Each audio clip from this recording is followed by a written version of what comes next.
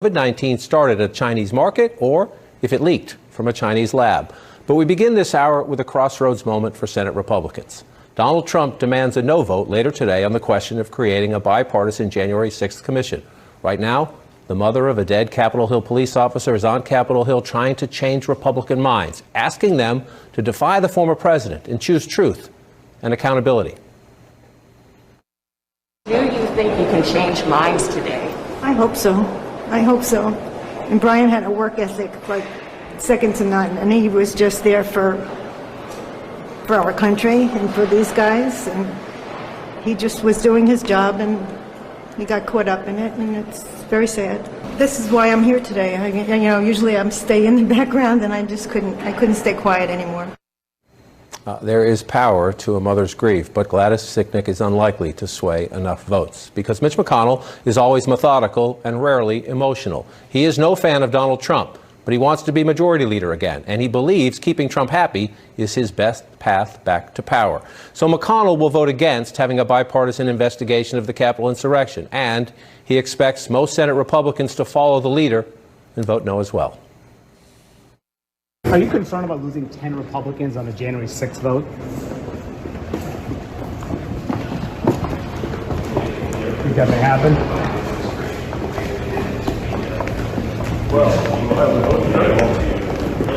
Are you working your members to vote against him? Lobbying them?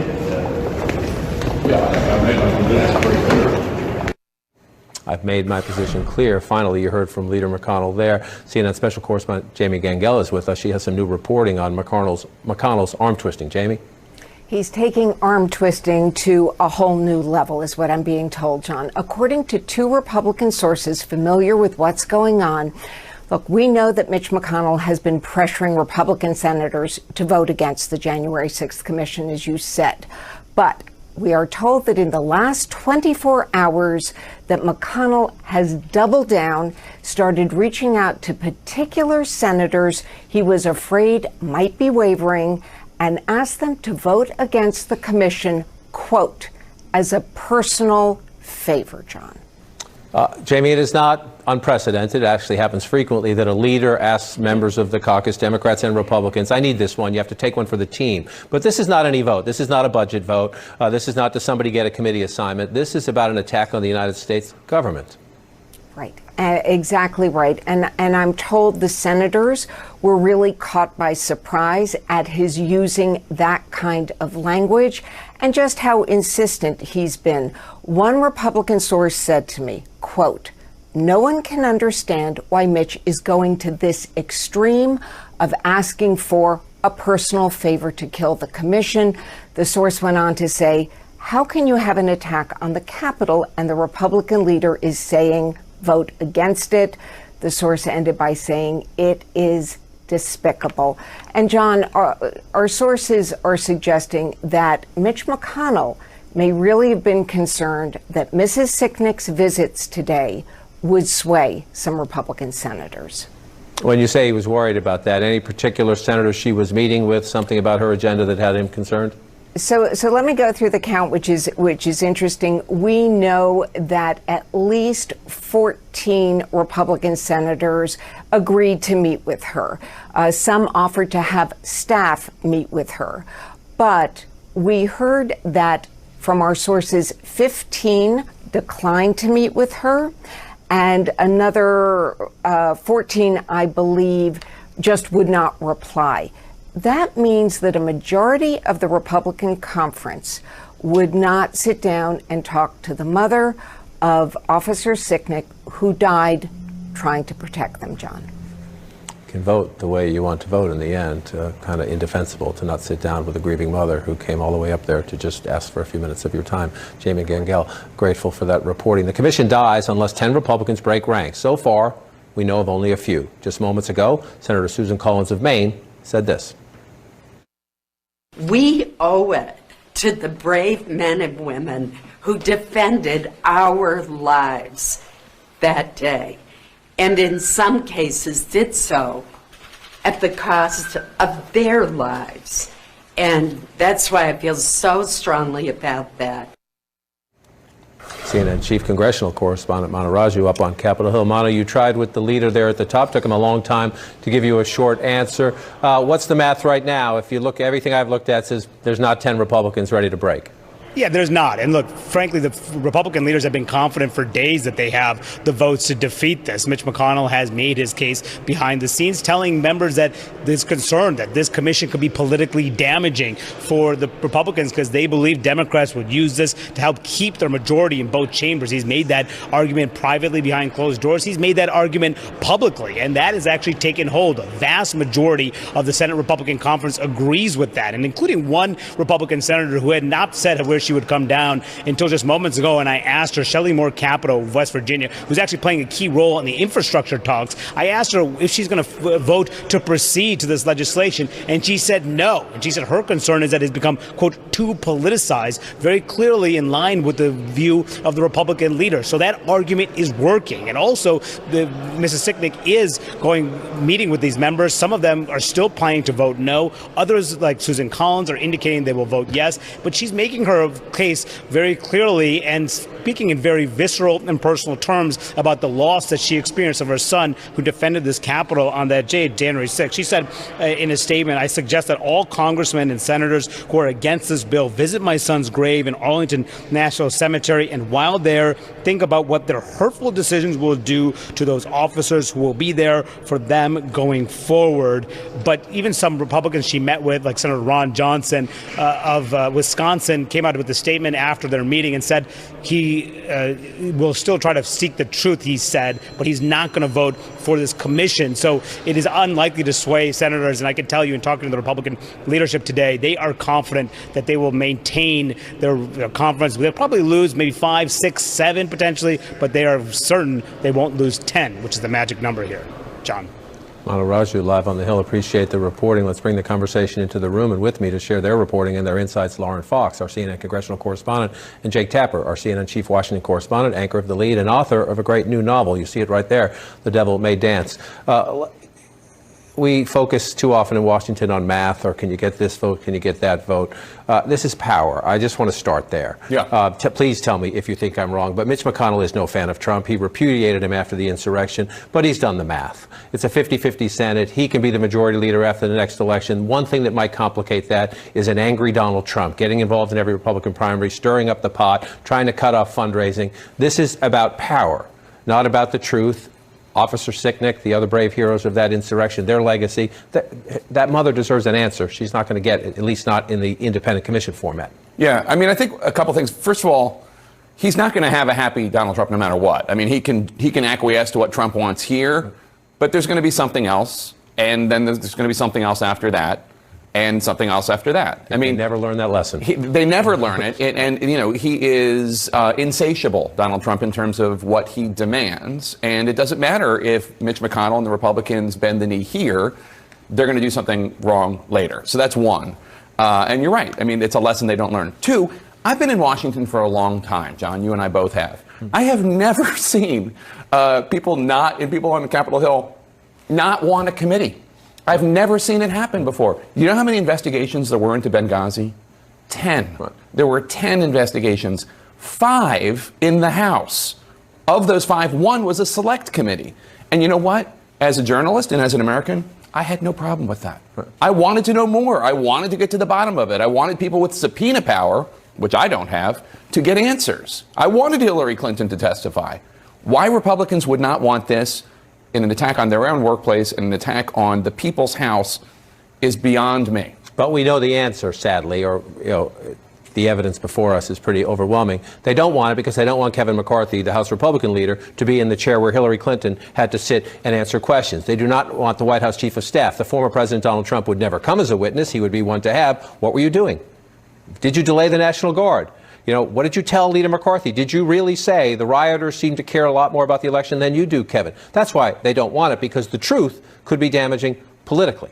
Well, that's right, John. Although one thing that's very perplexing to me is that a commission, by its definition, by the way that this bill is structured, would be more bipartisan than what you will likely get if Nancy Pelosi, the House Speaker, moves forward with something like a select committee. A select committee puts the power in the hands of Democrats. Now, you can change the way that bill's written, but you can guarantee that Democrats are going to have control over who gets subpoenaed, who has to sit in the hot seat, and that's going to be a bigger problem, or perhaps as equally as bad of a problem for Kevin McCarthy as a commission ever was going to be. And I think that that is really important to think about, and important for Republican senators to think about as they take that vote today. And Trump will cause Republican dissonance. You're right. No matter what they do to please him, he always finds something else. And some of the other Republicans will continue to call dissonance. Will cause dissonance. We'll see what the impact is. I mean, look at Liz Cheney voted for the Trump agenda more than Elise Stefanik. Right. I mean, there's never any, that's good enough. Thank you.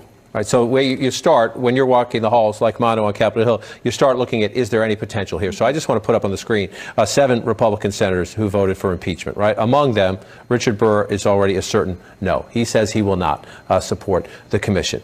You have Collins who says yes. Let me try to come up here with this. Collins says yes. Romney says yes. And he says the perception is going to be Republicans don't want the truth. He doesn't believe that's McConnell's motivation, but he says that's the perception. What do we know about the others? Will we get 6 or 7 and it'll be close, or will we get the 2 or 3 traditional breakaways and this becomes a traditional Washington, the leader wins? I think it's going to be just a small handful of members. We're still waiting on someone like Pat Toomey to make up his mind. He has not come out publicly one way or the other in the last 10 minutes. And I think that he's somebody to maybe keep an eye on. But otherwise, I'm counting Murkowski, Romney, Collins.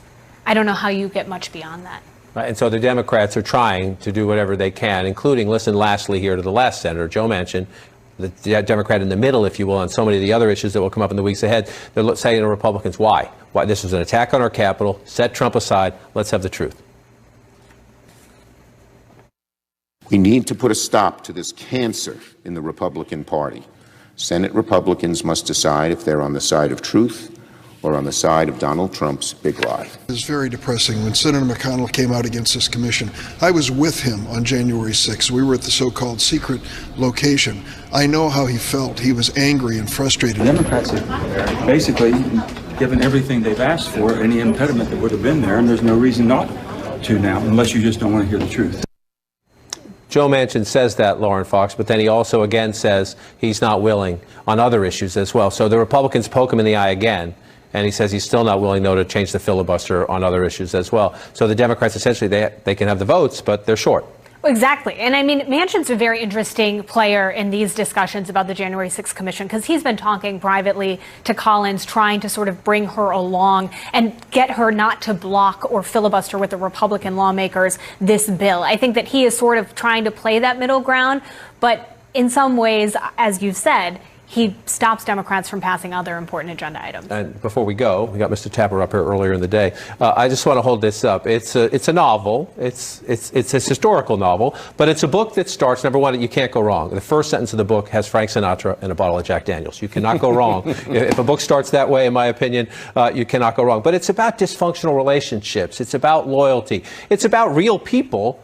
You're making a fictional account here, but it's about dysfunctional relationships, Sinatra and the mob, Sinatra and Kennedy, that come to collisions where choices have to be made. That's kind of happening here. It's very resonant, I think, if I may say so. The title of the book is The Devil May Dance, and that's a fictitious Sinatra song about what happens to you when you dance with the devil. Now, if you're the Kennedys dancing with the Rat Pack or you're Sinatra dancing with the mob, that's in the book.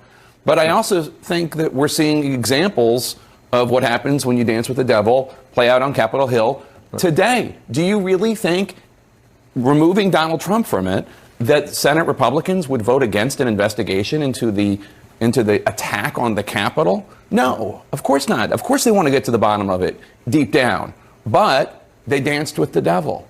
Donald Trump, in this case, in this metaphor, is the devil, and the devil doesn't want them to. They made their deal with him, and now they're beholden to him. And that's kind of what the novel is about, except remove all the ugly, messy contemporary politics from it.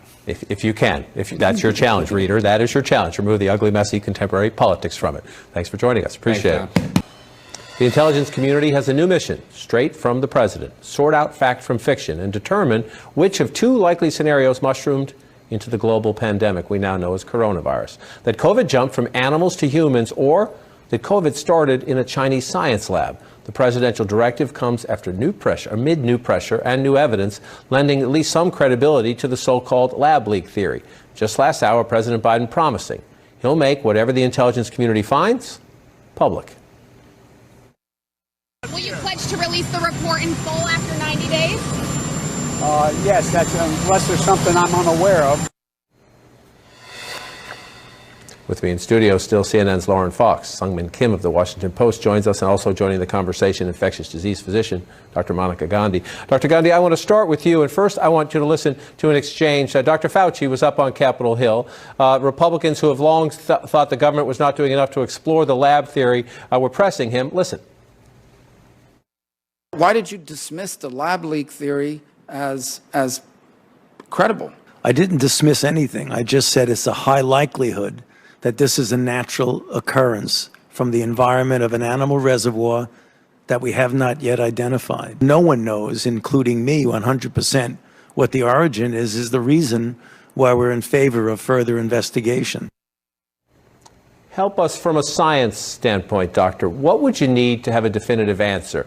Is it access to the records of patient zero? Is it access both to the lab and back to the wet market? What are the pieces that you would hope would get you to a definitive yes or no about where this started? Well, it's a great question, and I do want to reiterate what Dr. Fauci said, that we really don't know. But I will say something really important, that there have been 2 other coronavirus pandemics like this. They've just been so much more limited that they didn't get this worldwide attention. SARS in 2003 lasted about 9 months. It was exactly this type of coronavirus, very bad, caused severe disease, and was limited to 8,100 infections worldwide. MERS was even more limited in 2011, but again, a cousin of this coronavirus that can cause severe coronavirus disease. Both of those were found to be traced to bats, and then ultimately there was an animal intermediary that fundamentally got it to us as a human host. SARS was a palm civet, and MERS was the camel.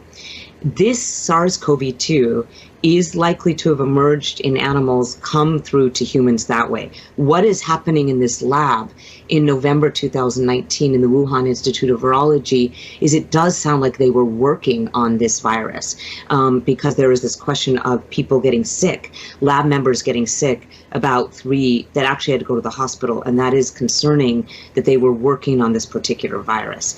It doesn't mean that necessarily the virus was constructed by that lab. It was that they were working on this virus, and that's an important distinction.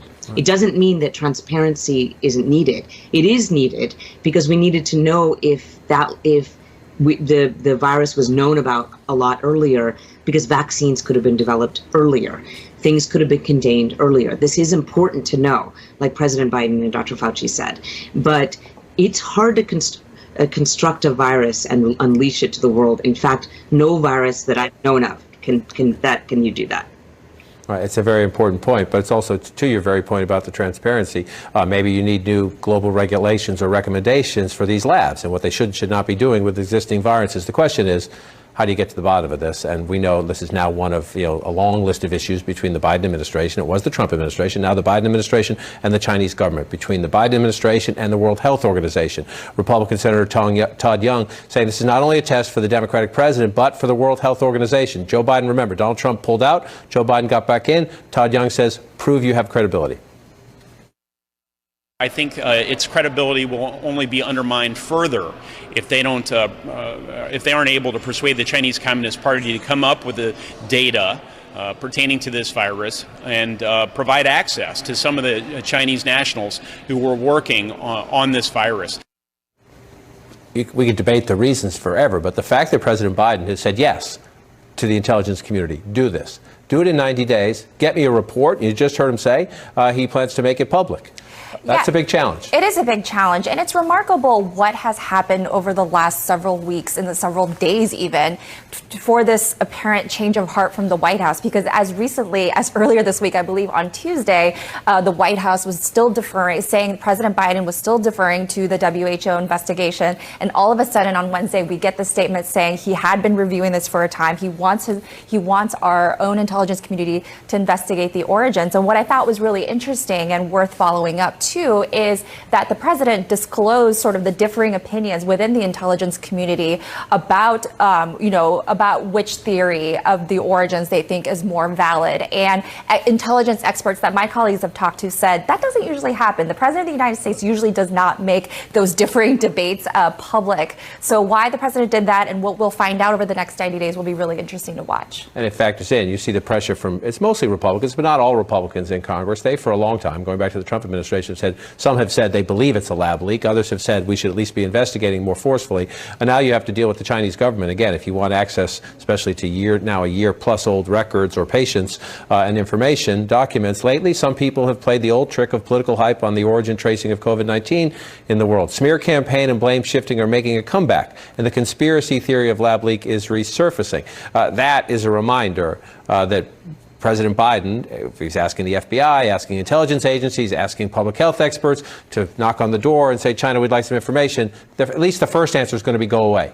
Well, exactly. And I think one of the challenges was that if you were going to get to the bottom of either of these theories, you needed to get into the lab pretty quickly after COVID-19 surfaced, right? I think that was one of the concerns. Now, one thing that I think is interesting and is happening on Capitol Hill is you have Republicans and Democrats coming together. They've had a unanimous consent agreement yesterday to declassify some of the intelligence surrounding which one of these theories is more valid. And I think that shows you the Democrats want to make sure that they're supporting the president here, that if he wants to go down this path, they want to be with him. But that is a difference than what we have seen in the last several months. We'll circle the calendar for 90 days, and we'll also check in along the way because it will be difficult, and it would be nice to get the answers. Dr. Gandhi, grateful for your time and insights. Seung-Min Kim and Lauren Fox are going to stay with us. Up next, President Biden on the road, visiting a red state to make his case that Republicans around the country support the big spending plans that Republicans in Washington are trying to bury.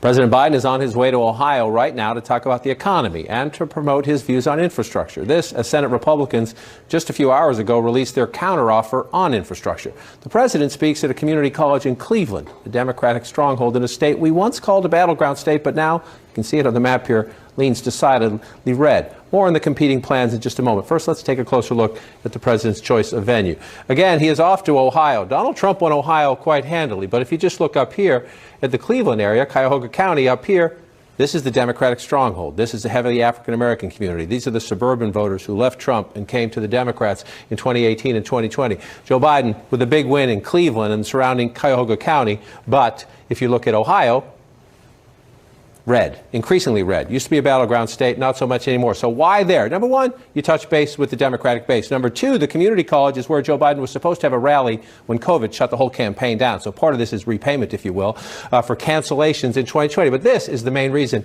he is there. He wants to pitch the idea that in Washington, Republicans keep saying go smaller or no spending at all. Joe Biden wants to make the case, look, Ohio gets a C- overall when it comes to grading its infrastructure. C+ on bridges, C- on dams, D on roads, C+ on schools, D+ on drinking water. The president wants to make the case that even in red states, this spending is essential. He will make the case even in red states, mayors, governors, Republican voters think it's important that Washington help with things like this. Republicans say, Mr. President, we're listening, but they also say Joe Biden trying to appeal to middle-class voters in places like the Midwest like this. The Republicans are saying his staff, too liberal. The old nickname for Joe Biden is middle-class Joe. This is something he would normally be for. They may override the president on this, overrule him, and that's what my concerns are with Nancy Pelosi and Chuck Schumer. And what is basically socialism camouflaged as infrastructure.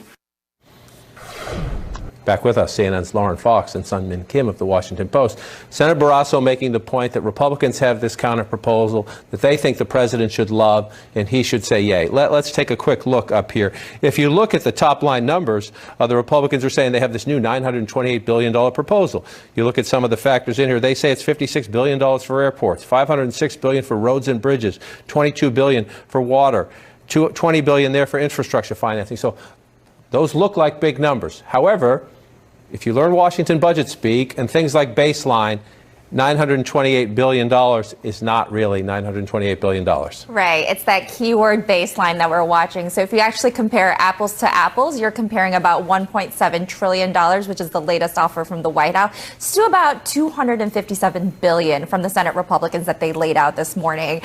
So clearly further apart than it seems, because in terms of new spending, that's how much the Senate Republicans are proposing compared to the White House. And that seems difficult to bridge right now, but what we know is that, President Biden and Senator Shelley Moore Capito, the lead Republican negotiator, spoke again this morning after Republicans had proposed their counteroffer, and both sides seem to indicate that these negotiations will actually continue beyond Memorial Day into next week. So that effort at bipartisanship is still there, even though the actual product seems very hard to reach at this point. All right, so then the question is, how long is the fuse of progressives? Both up on Capitol Hill, but also on the president's staff. Also on the president's staff in the White House, who say, I get it, Mr. President, you want to talk to the Republicans. It's just you make that point that they spoke this morning. Listen to the president before heading to Ohio. He says, we can keep talking. I told her we have to finish this really soon. And there's another Republican group that also wants to talk. And but we're going to have to close this down soon. This is my old joke about Washington math, that more can sometimes mean less. You have the Shelley Moore Capito proposal. You have another group of Republicans, and Joe Manchin, is a Democrat, is working with them. So you have more bipartisanship, which often means it is less likely you will get a final product because everybody has their little fiefdom. That's exactly right. I mean, what you have right now is progressives are waiting in the wings, and they're going to start getting impatient very, very soon if these talks drag out any further. And I think one thing to keep in mind about all of this is that everyone assumes that if Biden can't get a bipartisan agreement, he will turn to Democrats and they will quickly move a reconciliation bill, a bill that can pass with just 51 Democratic votes in the Senate. And I think that is an assumption that we should not be making right now. It is going to take a lot of work to get someone like Manchin on board on the same bill that they have to get Bernie Sanders on board. And you should not assume that bipartisanship, if it dies, becomes just an easy Democratic bill. They're going to have a lot of work to do, and it's going to take a long time. So they're going to have to decide very quickly how much more time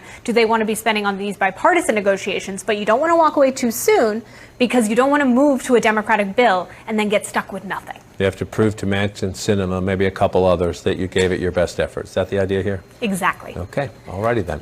Up next for us, a new twist on the term lucky shot. Get a COVID vaccine, you might win a car, free college, even $1 million. The COVID numbers are better because the American vaccine rollout is hitting some important benchmarks. Today, for example, we know that in 10 states, 70% of adults have received at least one vaccine dose. The Biden administration wants every state to get to that point by July 4th. The vaccines are safe and effective, yet cities and states across the country are testing incentives as a means of getting more shots in arms. Let's look at some of the latest numbers. First, just look at the case trend. If you look right here, we're at 24,000 new infections yesterday. New infections a day, way down, way down. If you look at the overall trend over the last year, we are right now about where we were, a little higher than where we were last Memorial Day. Now, point of caution, we had a summer spike and a winter spike, but from the 235,000 new infections to begin the year, down below 25,000 infections right now. The trend lines are in the right direction, and most people think they will stay there because of this, the rollout of vaccines. But if you look at this, the average vaccines per day, 1.7 million shots in the arms a day right now, surpassing most other countries, even if you do it on a population basis, per capita basis, but down from where the administration was before that, which is why so many cities offering incentives now. You can get things like a fishing license in Maine, things like Knicks tickets in New York. They're actually worth it again. Knicks tickets, a college education, college fees paid there, some cash in Ohio, amusement park tickets in Illinois, cars in Tennessee, some beer out on the West Coast. Those are just some of the incentives that people are offering. And the Ohio governor, a lot of people mocked the lottery they have there, $1 million lottery they have there. He says, look, I announced it here.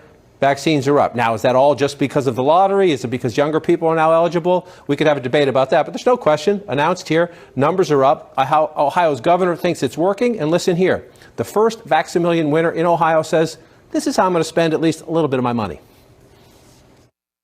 Just to sum it up in one word, a whirlwind, and it absolutely has not processed yet. I am still digesting it, and I like to say that it feels like this is happening to a different person. I cannot believe it. I did come up to Cleveland from Cincinnati to look at a used car, And I think buying a used car is still in my future. So that's about as far as I've gotten. Abigail will have a little money left over after she gets that used car. Up next for us, a serious challenge for Republican governors facing re-election. His name is Donald Trump. Today's political radar now. New CNN reporting on Donald Trump and the headache he is causing Republican governors heading into the 2022 elections. The Republicans have 20 seats to protect in 2022. You see the map right here. And they also have hopes for some pickups. But Trump is aggressively pushing his big lie litmus test. And that's a problem in many races. Arizona's Doug Ducey, for example, Georgia's Brian Kemp, they certified Joe Biden as the winner in their states. And Trump is still furious at them. Plus, potential top-tier Republican candidates in some states, Michigan and Pennsylvania to name two, are deciding against running. And one reason we keep hearing from those prospects is they don't want to deal with the chaos that comes with refusing to repeat the big Trump lie. CNN's Gabby Orr has been doing some fabulous reporting on this and joins us now. Gabby, what else are you learning? Thanks, John. Multiple Republicans told me that former President Donald Trump has been causing recruitment and retention issues as the Republican Party stares down 36 gubernatorial elections between now and next November of 2022. A large part of this is, as you mentioned, because of the litmus test that President Trump has imposed on Republican candidates, asking them to lie about the outcome of the 2020 election. There are so many Republicans who just don't want to enter a race and have to straddle that line in both a primary and then a general election, where doing so might make them less appealing to the point that they lose and embarrass themselves. The other problem is the relationship between Donald Trump and Doug Ducey. The Arizona governor is, of course, the head of the Republican Governors Association. He has not met with Donald Trump at Mar-a-Lago or at his Bedminster, New Jersey golf club since the 2020 election, which is something that almost every other Republican leader involved in the party's electoral apparatus has done. They've made that pilgrimage to meet with the former president. In the case of House Minority Leader Kevin McCarthy, he has actually gone down there to smooth over his relationship with Trump. That's not the case with Doug Ducey. And as senior advisor to Trump, Jason Miller, told me, Donald Trump does not need Doug Ducey's help. Not the best place for Republicans to be in as they look at these gubernatorial elections between now and next November, John. No, not the best place, and you're putting it kindly. Something fascinating to watch. First, we go through primary season, then the general election. Gabby, we're grateful for the fresh reporting for us. Grateful for your time today, too, on Inside Politics. Hope to see you back here this time tomorrow. In the meantime, Ana Cabrera picks up our coverage right now.